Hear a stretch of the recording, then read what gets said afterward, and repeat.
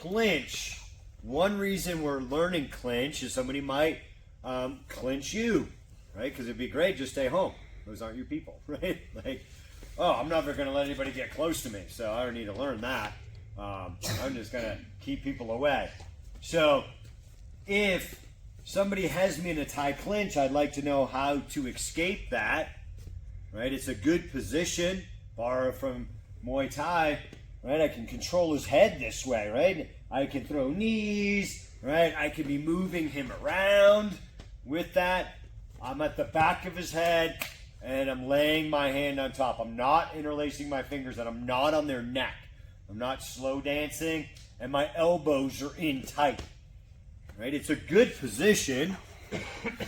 Sometimes you might be there for a second. It's an opportunity.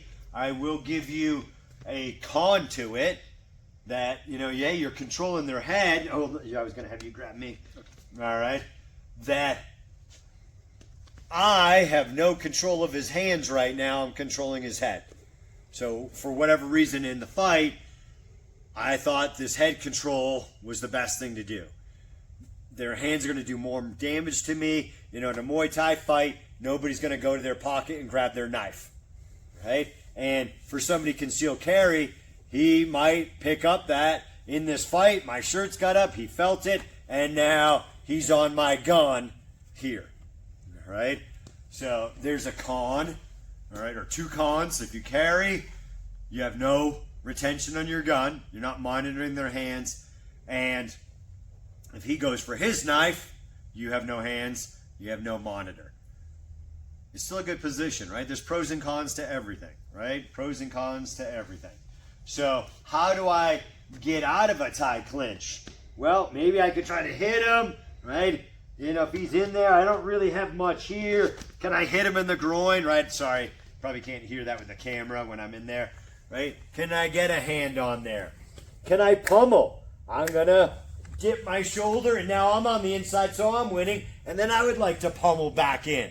And, it's a nice little flow. We can just work our pummeling, right?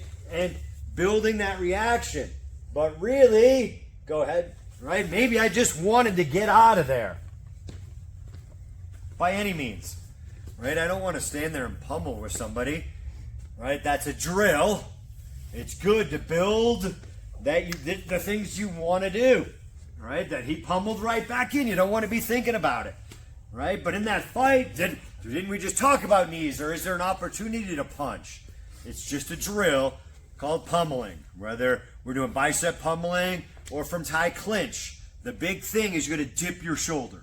You've got to dip your shoulder. It's the number one thing. Like if Joel's being really strong on me here, that I've really got to dip this shoulder to get it in. Right? I'm not going to be able to get this here until I dip that shoulder enough. One other thing I like to do from tie clinch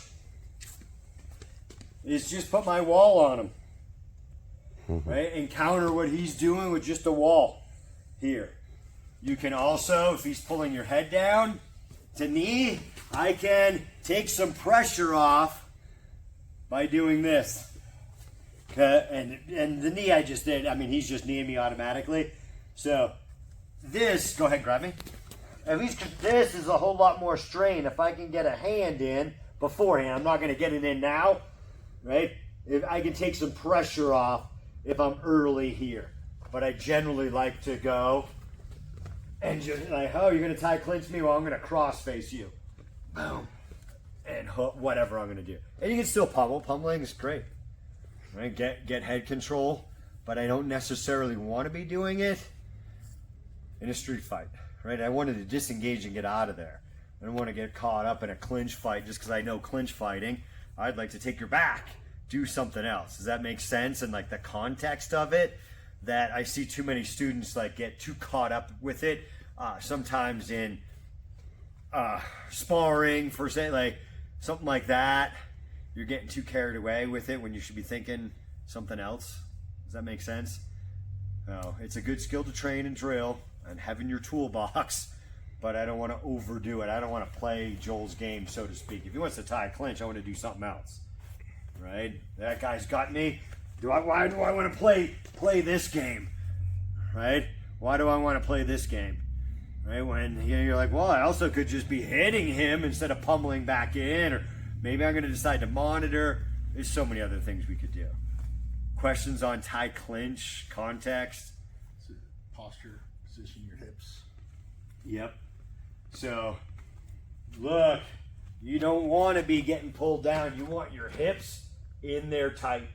You're not Thai clinching out here. Right? If I'm going to Thai clinch him, he's got a knee right here. It's a bad position. Here, I want to be in, stuffing him. If I've got him in a Thai clinch and at his height, I'm like up on my toes. I'm in here trying to keep leverage on his neck and control his head, but my hips are in.